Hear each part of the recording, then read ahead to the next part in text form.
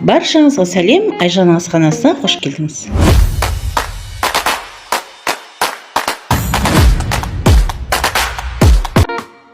Бүгін банкамызға дәл осындай тұсалған қияр жабатын боламыз.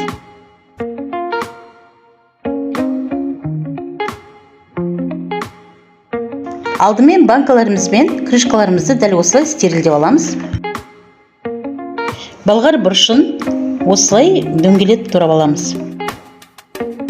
Банкамызға 4 тер чеснок саламыз, укроп саламыз. Қияр мен балғар бұрышын осылай әдемілеп жайғастырып аламыз. 3 тер лавр жапырағын саламыз. Осылай реттеп, әдемілеп банкаларымызға жайғастырамыз. Видеоның соңына дейін қарап, YouTube арнама тіркеліп, пікіріңізді қалдырып кетіңіз.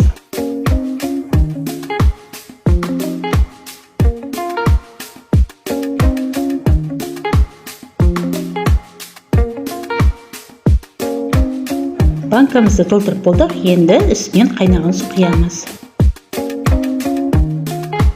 Қақпағын жауып 15 минутқа тұндырып қоямыз. 15 минуттан кейін суды төкіп тастаймыз. Бұл су бізге қажет емес. Енді екінші рет қайнаған су құямыз.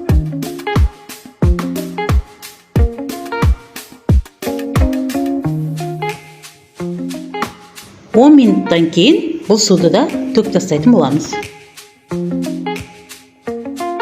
Енді банкамызға 1,5 ас қасық тұз, 1 ас қасық шекер, 7-8 түйір қара бұрыш, 1 аспирин саламыз.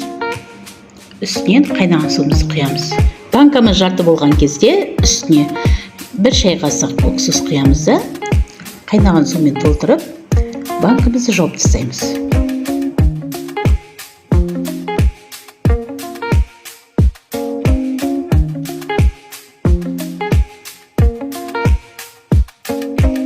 Дайын болған банкамызды аударып төңкеріп осылай шайқаймыз.